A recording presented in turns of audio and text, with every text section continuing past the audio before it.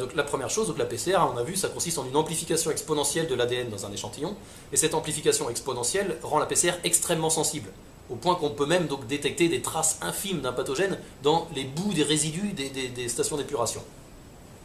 Mais cette grande sensibilité vient à un coût, et ce coût, c'est son manque de précision. Et notamment, on l'a vu, hein, quand il s'agit de classifier les patients en positif ou négatif, il peut y avoir des fois des problèmes d'interprétation sur les gens qui tombent au milieu dans la zone grise.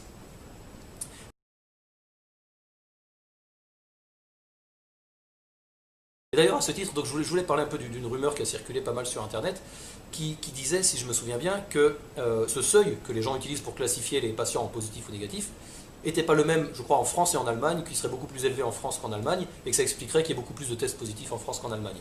Non, non, en fait, c'est pas comme ça que ça marche. Chaque labo d'analyse doit valider sa procédure, et donc, effectivement, ils peuvent avoir des seuils différents et puis des procédures expérimentales différentes d'un labo d'analyse à l'autre, mais c'est pas décidé de façon centralisée, de façon nationale. En fait, entre les labos d'analyse français, déjà, il y a des différences, et entre les labos allemands aussi, et vous n'avez pas une autorité centrale qui dit en Allemagne, on utilisera tel seuil, et en France, on utilisera tel seuil.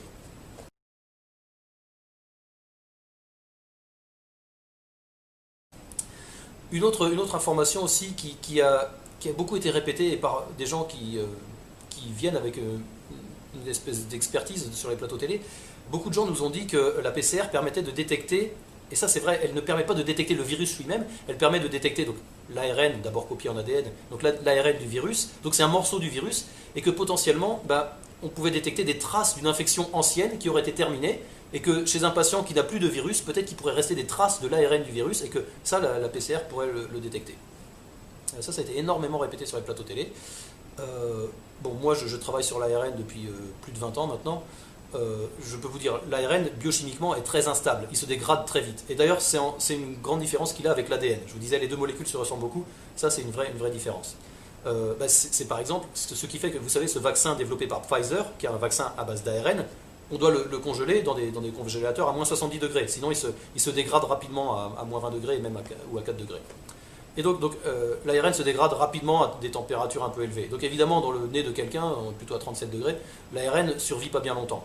Il peut persister un petit peu s'il est protégé, par exemple, dans un résidu de l'enveloppe virale. Ça peut persister un petit moment, mais vous n'allez certainement pas avoir des traces d'ARN comme ça qui vont rester pendant des semaines et des semaines après une infection et qui pourraient être détectées chez un patient, donc des semaines après sa guérison. Donc ça, je ne sais pas pourquoi les gens se sont mis à répéter ça à longueur d'interview ces dernières semaines.